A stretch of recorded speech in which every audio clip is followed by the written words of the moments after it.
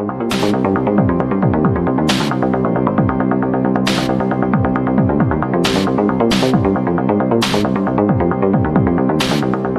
numéro de notre rubrique politique sur Reporter Bénémonde. Des attaques terroristes au Bénin. L'étau se resserre. Le Bénin devient une cible privilégiée des attaques djihadistes. Le gouvernement béninois qui se veut rassurant sans pour autant se montrer aux côtés des populations. Que doit-on comprendre? Eh bien, pour en parler, mon invité de la rubrique politique, Benoît Degla, député, ancien ministre, mais aussi citoyen béninois.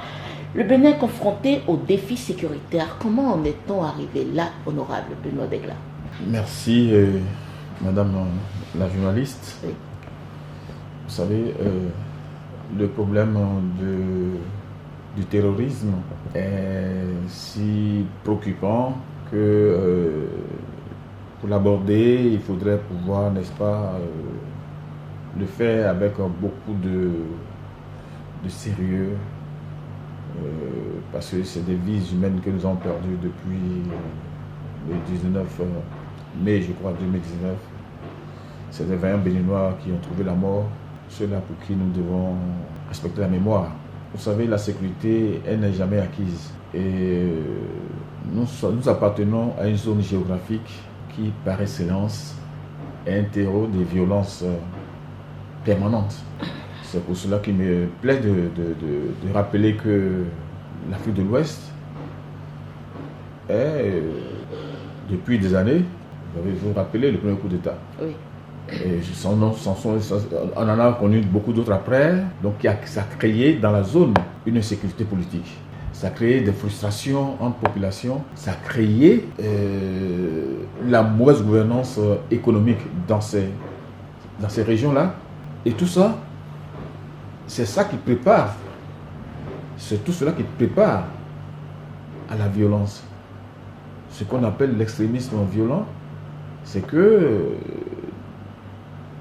des hommes, groupes d'hommes, pensent qu'ils sont exclus de la jouissance des biens du pays, qui sont marginalisés en fonction de leur religion, ou alors de l'appartenance religieuse, de leur positionnement par rapport à un gouvernement. Et au finish, ils passent à la phase supérieure qui est le terrorisme. Vous savez, dans notre région, on peut expliquer que nous n'avons pas, ce n'est pas les mêmes causes. Vous voyez, ce qui a amené les Maliens, le terrorisme à entrer au Mali, ce n'est pas nécessairement la même chose au Nigeria. Au Mali, c'est que les Touaregs, avec le MNLA, avaient pensé que ils avaient l'impression qu'ils n'appartenaient pas au Mali. Au Nigeria, c'est que le pétrole, pour certains, n'était pas bien, et les richesses issues du pétrole n'étaient pas bien reparties. Mais chez nous au Bénin, le problème que nous avons, c'est quoi? C'est que nous avons les frontières avec des zones où sévissent les djihadistes. Nous avons des communautés qui, d'une frontière à l'autre, sont les mêmes, pas le même langage, cohabitent. Nous avons quelques problèmes historiques entre transhumants et entre éleveurs et agriculteurs. Nous avons également, au niveau de nos frontières, avec certains pays, où sévissent au quotidien les djihadistes, nous avons des parcs nationaux, des parcs animaliers, qui sont des véritables lieux de cache et de repli de ces terroristes-là. Vous voyez, lorsqu'on met tout ça ensemble, notre pays ne peut pas penser ne pas être un jour attaqué par les djihadistes. Sans vouloir vous couper, mais tout ça a toujours existé chez nous au Bénin. Est-ce qu'aujourd'hui, au-delà de ces raisons, l'expansion de ce phénomène n'est pas due à la résultante des choix politiques de notre gouvernement. Non, mais pas du tout, pas du tout. Alors là, non, pas du tout, parce que je crois que le Bénin appartient à une communauté, appartient au Conseil des Nations, et depuis des années, tous les pays étaient appelés à prendre les dispositions par rapport à la lutte contre l'extrémisme violent et contre le terrorisme. Je peux vous rappeler, par exemple, en 2013, au Sénégal, il y avait eu cette rencontre où les nations, les pays africains avaient été suffisamment avisés sur les dangers qu'ils pouvaient courir s'ils ne mettaient pas en place le dispositif pour permettre de lutter contre l'extrémisme violent et le terrorisme. Le Bénin, mon pays, vous savez, au niveau de nos frontières, il y a une politique qui est menée pour sécuriser les frontières, créer les écoles, créer les centres de santé, mettre en place les unités de police enfin, à l'époque de gendarmerie pour protéger, pour signaler notre présence, pour que notre présence soit reconnue là. Ce pays, ça s'est fait. Et depuis 2019, il y a un nouveau mécanisme qui a renforcé ce qui se faisait. Vous voyez, c'est dire que l'État est conscient, était conscient et il continue d'en être conscient. Donc, comme je vous l'ai dit, je vous l'ai expliqué, la gouvernance politique ailleurs peut être la résultante, n'est-ce pas, peut provoquer le terrorisme. Mais ce n'est pas le cas chez nous. Aujourd'hui, ce n'est pas le cas chez nous aujourd'hui. Je vous ai énuméré un certain nombre de choses, un certain nombre de facteurs qui ont favorisé cela. Vous savez, au moment où nous parlons, il n'est pas été possible encore de définir le terrorisme à l'international. Au moment où je vous parle, les facteurs qui amènent le terrorisme varient d'un lieu à un autre. Mais ce que tout le monde est d'accord pour reconnaître, c'est qu'il y a la violence, il y a l'insécurité, il y a l'implication sur le développement, il y a, n'est-ce pas, les flux migratoires, etc., etc. Sinon, aujourd'hui, ce qui s'est passé depuis 2019, c'est que, vous avez vu, les pactes, nous les partageons avec d'autres pays qui, du fait de leur priorité ailleurs, disons, il faut le dire, on abandonne le lieu, on abandonne ces lieux-là. Donc ça devient des lieux de refuge, de repli.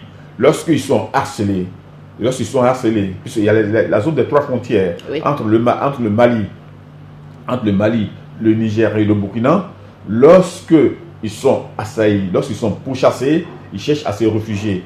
Et une zone propice pour se réfugier, c'est la zone, qu'on appelle encore une seconde zone frontière entre le Bénin et le Burkina, la zone de Gouma, où c'est une zone d'accès difficile, c'est la forêt. Et dans ces parcs-là, il est facile de s'installer, d'aller et de venir, parce que et le Niger et le Burkina n'ont pas la même politique sécuritaire installée dans la partie de leur parc. Honorable Benoît Degla, est-ce qu'aujourd'hui, le Bénin est suffisamment fort pour apporter des réponses au phénomène du djihadisme? Ce qui se vit au quotidien nous a montré qu'aucun pays n'est suffisamment fort pour aller à bout des djihadistes. Il faut mettre en place, pour nous puissions lutter sérieusement contre les djihadistes, il faut des actions concertées. De l'ordre étatique ou à l'interne? Non, d'abord à l'interne. Non, il y a ce qu'il a fait à l'interne, c'est que il y a l'éducation.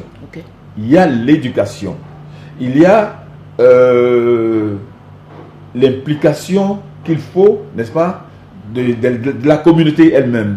Lorsque vous allez dans le nord de notre pays, vous voyez, il y a des communautés qui ont des têtes, qui ont à leur tête, n'est-ce pas, des responsables. Les responsables religieux, les responsables de tous ordres. Ceux-là, on doit pouvoir, il doit avoir, n'est-ce pas, un processus de manière à ce que ceux-là soient protecteurs de leur communauté en mettant à disposition de l'État les informations, les renseignements. Je dis l'éducation parce qu'il faudrait que nos enfants, ceux-là, de ces régions-là, comprennent qu'on ne peut pas les acheter parce qu'ils sont désœuvrés. Oui. Parce qu'ils sont désœuvrés, parce qu'ils n'ont pas où aller, parce qu'ils sont en manque de moyens, de quoi vivre au jour le jour. Ils sont tentés par les propositions que leur font ces djihadistes-là contre 50 000 francs, 100 000 francs. Ils sont prêts à s'attacher des services de ceux-là. Donc, il y a une question d'éducation. Il y a une question de renseignement. Le renseignement paraît être un élément fondamental. Le renseignement. Lorsque les États-Unis ont échoué partout, dans la lutte contre le djihadisme, contre le terrorisme, lorsque les Européens, même pareil, lorsque tout ce qui se passe en Syrie, en Libye, partout, lorsqu'ils ont échoué, aujourd'hui, en se repliant, ils laissent ils laissent proliférer les armes partout. Mais si nos pays ne se mettent pas ensemble pour sécuriser leurs frontières, ces armes-là vont pénétrer comme des petits pains. Voilà. Donc je disais que au niveau national, il faudrait que nous puissions nous appuyer sur un programme que les Nations Unies avaient lancé, je crois, en 2019. Non, un plan 2016-2019, qui porte essentiellement sur l'éducation, qui porte sur la nécessaire collaboration avec la femme. La femme a un rôle très important à jouer, oui. Avec la sécurité, le volet social, la gouvernance économique, et puis voilà ce que nous pouvons faire déjà à l'interne pour que nos concitoyens se trouvant dans ces zones-là ne pensent pas qu'ils sont oubliés. Justement, à ce propos, d'abord, le premier axe de ma question, c'est d'aucuns parlent de la nécessité d'une cohésion nationale pour pouvoir affronter ce phénomène. Et aujourd'hui, est-ce que vous pensez que nous avons ce degré de cohésion-là pour faire barrière ou un tant soit peu limiter les affres de ce phénomène? Et aussi, est-ce que, sans vouloir susciter la polémique, est-ce qu'on n'a pas l'impression que cette partie du Bénin est un peu laissée pour compte? Vous savez, dans tous les pays, quand on dit le Sud, on pense que le Nord est lésé. Ça, c'est partout. Pour revenir à votre question, oui, allez-y. J'ai dit que le sursaut national doit se ressentir dans le comportement des uns et des autres. Ce n'est pas le moment, n'est-ce pas, de tirer, d'envenimer la situation en évoquant des problèmes qui sont moindres par rapport à la préoccupation de l'heure. La sécurité de notre pays nous interpelle tous et face à ça, il doit y avoir, n'est-ce pas, une communion de vues. Nous devons ensemble faire des propositions. Sans cela, que les partis politiques dits de l'opposition doivent pouvoir faire des propositions. Il ne s'agira pas de condamner, puisque notre pays est entouré d'autres pays. Il a au-dessus de lui les pays qui sont ceux-là, ceux d'où viennent les djihadistes. Nous avons besoin d'une cohésion nationale. Nous avons besoin de nous mettre ensemble pour réfléchir sur les stratégies. Je vous ai parlé d'éducation. Bien sûr. Je vous ai parlé, n'est-ce pas, de la communauté qu'il faut contenir à travers les têtes couronnées, les personnalités religieuses, qu'elles soient catholiques, musulmanes et autres, doivent être associées à la lutte que nous menons là-bas, un peu partout. Pour vous le dire, l'extrémisme violent n'est pas qu'au nord, il est partout, il est peut-être dans votre maison. Donc il faut faire en sorte que personne ne croit qu'il est mis de côté, qu'il est ignoré par la société. Donc la lutte qui a amené le gouvernement, et après le conseil extraordinaire, oui. Ça a été dit, les moyens seront mis à disposition. On n'a pas besoin de nous détailler de quels moyens il s'agit, mais c'est que le gouvernement a donné la preuve qu'il est préoccupé, extrêmement préoccupé par la préservation de notre territoire. Maintenant, les stratégies, elles seront nombreuses. Ça passera certainement par les renseignements, ça passera par la collaboration plus étroite avec les pays voisins, et ça passera par d'autres canaux. Vous avez suivi, quelques jours après le triste événement qui a eu lieu dans le parc W, l'armée française grâce au drone, elle a pu identifier un certain nombre de ces djihadistes-là qui ont été abattus. Donc, il y a tout ça là qui s'est fait et qui va continuer de se faire d'une façon ou d'une autre par le gouvernement qui, mieux que quiconque, a le devoir de nous préserver notre nation. Le Bénin, je ne crois pas que le Bénin, au début vous avez dit l'étau se resserre. Je ne crois pas. Ça va être difficile. Nous allons, c'est vrai, parce que s'il y a le terrorisme a un corollaire d'éléments, c'est le déplacement des populations, c'est la misère qui s'instaure parce que les paysans ne peuvent plus aller au champ, etc., etc., etc. Je pense que le terrorisme tout court, c'est le refus du développement. Et nous ne pouvons pas accepter cela. Et je crois que le gouvernement du président Patrice Talon s'y attelle. Le gouvernement du président Patrice Talon, puisqu'on en parle, jusque-là, le président Patrice Talon ne s'est pas déplacé. Et qu'est-ce qu'on doit comprendre par là? De la même manière, je peux vous dire qu'à aucun moment le président ivoirien s'est déplacé pour aller voir les zones où ont eu lieu les attaques. De la même manière, je n'ai pas vu ou entendu le président ghanéen faire le même déplacement, ni le président togolais, ni le président Boari, militaire de son État. D'accord?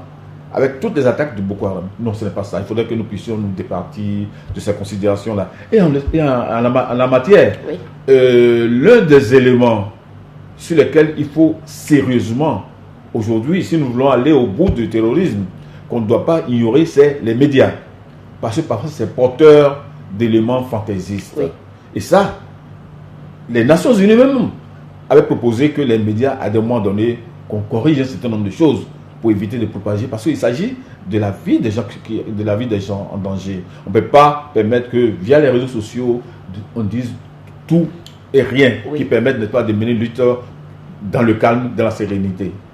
Donc je ne suis pas du tout d'accord avec ceux qui disent que le chef, il n'a pas besoin de se déplacer.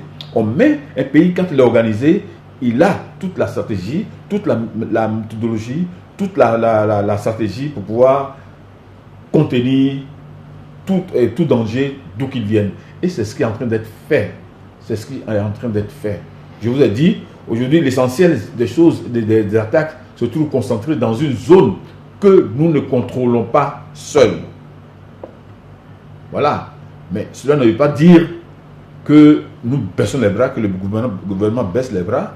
Mais non, on fait en sorte pour que notre territoire ne soit pas, à notre territoire n'ait pas accès les djihadistes.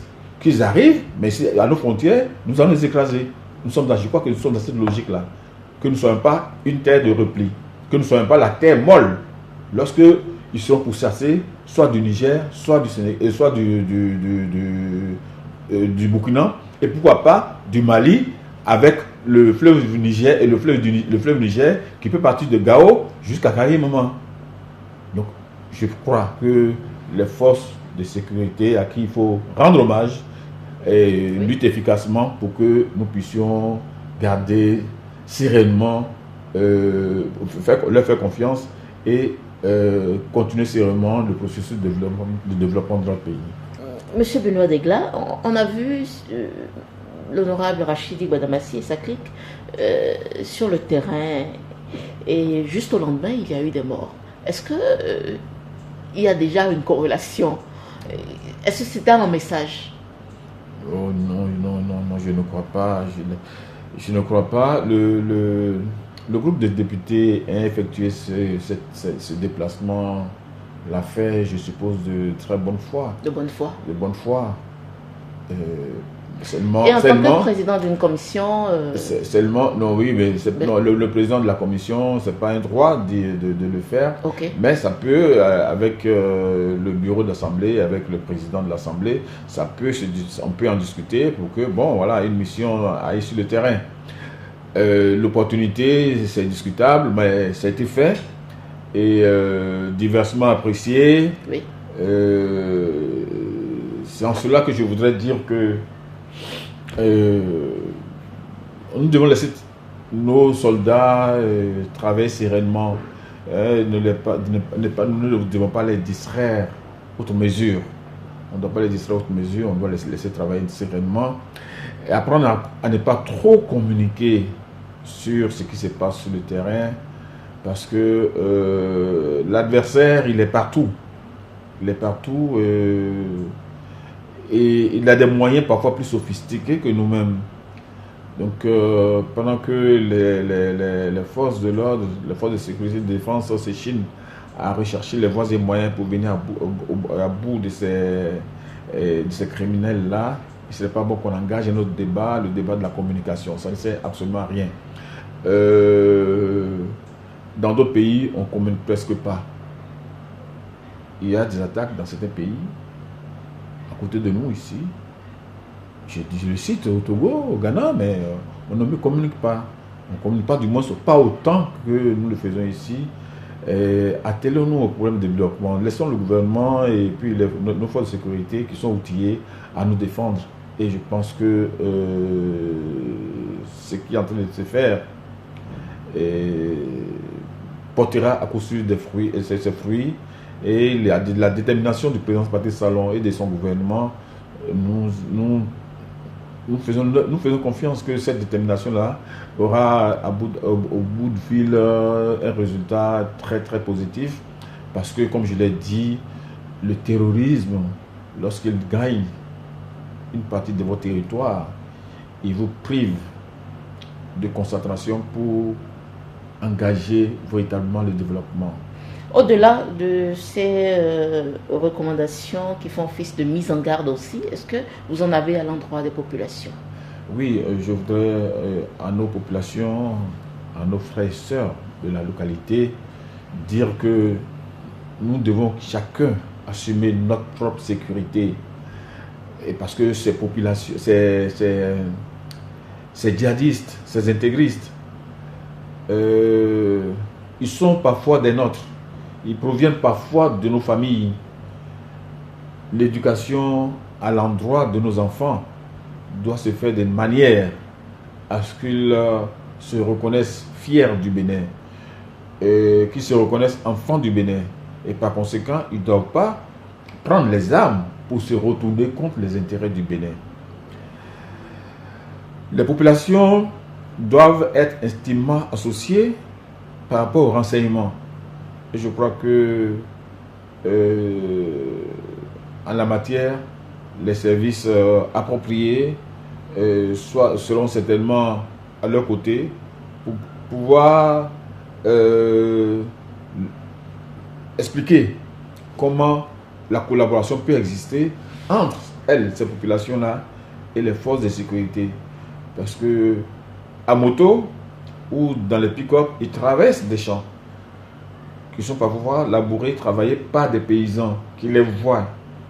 Ils vont dans des marchés pour s'approvisionner. Ils vont parfois à des points de puits, à des points d'eau pour se ravitailler. Ces populations-là doivent pouvoir aider le gouvernement, aider les forces de sécurité en leur donnant l'information nécessaire. C'est vrai, il y a la peur d'être reprimé, il y a la peur, mais en la matière, je pense que une loi protège les dénonciateurs. Et encore une fois, le partenariat population, des têtes couronnées, des personnalités religieuses doit se renforcer et concourir à faciliter aux forces de l'ordre le travail. Mon message est essentiellement à l'endroit de ces populations-là, à qui je demande d'être totalement sereine, et que le gouvernement veille à ce que notre territoire nous soit entièrement préservé et qu'elle puisse, par la grâce de Dieu, recouvrir les terres pour vaquer normalement à leurs occupations. Merci, honorable. Merci à vous.